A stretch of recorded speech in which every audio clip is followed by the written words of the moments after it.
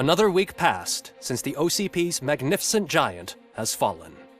OCP's new CEO assured us that the destruction of its headquarters will not stand in the way of finishing Delta City.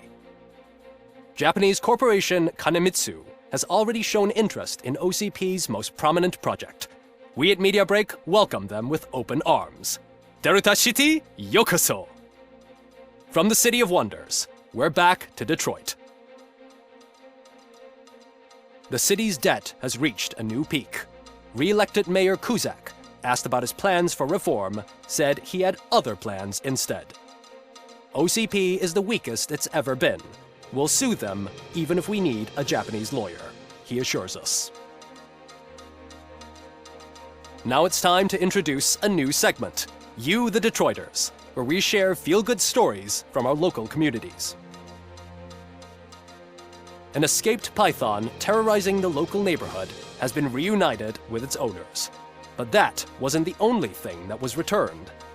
X-ray of the reptile's insides has shown the stolen watches together with the remains of the thief himself. Pickles, a local addict, was so intoxicated with nuke that the drug was absorbed by the python, which explains its bizarre behavior. Isn't that food for thought? Next up, Sunblock 5000 model nearly torn to pieces by an ED 209 after not adhering to the 209's instructions. The dispute over a parking space could have turned deadly if it wasn't for Dr. Olivia Blanche, a seasoned psychologist who managed to keep a cool head during the 209's intervention. Dr. Blanche's new book, Coping with Loss, is said to be of value to both people and machines alike. A defamed reporter funded by terrorists. After trying to illegally broadcast a hit piece aimed at OCP, Samantha Ortiz has been spotted collaborating with a terrorist group led by a woman known in the underworld as Bertha. OCP denies. We're sorry for the disturbance. Fortunately, this time it was a minor one. Let's move on. A new world record has been set in Detroit. A man called Funeral Bob attended his 1000th funeral this year.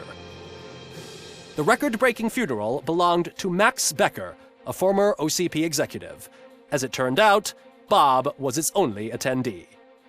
The OCP delegation did not arrive due to a rescheduled business meeting. We hope the meeting went well. Moving on.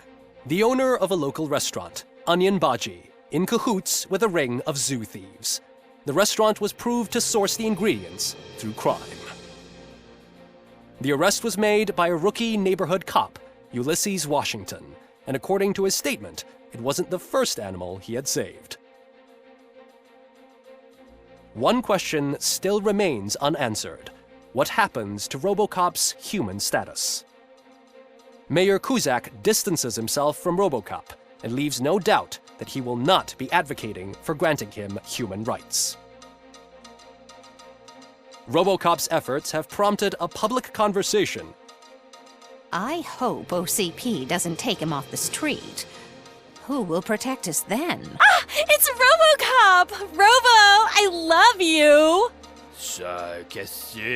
Reaper, skeleton speaker, pure pandemonium. To many more years on the force, RoboCop. It's been a busy time for Detroit, but the cloud that lowers over the city is lifting as police end their strike. We're ready to serve, said Officer Ann Lewis, who returned to duty despite her recent injury. What heroism. Detroit can sleep soundly tonight. The question is, for how long? That's all for today. This was Casey Wong. Until next time.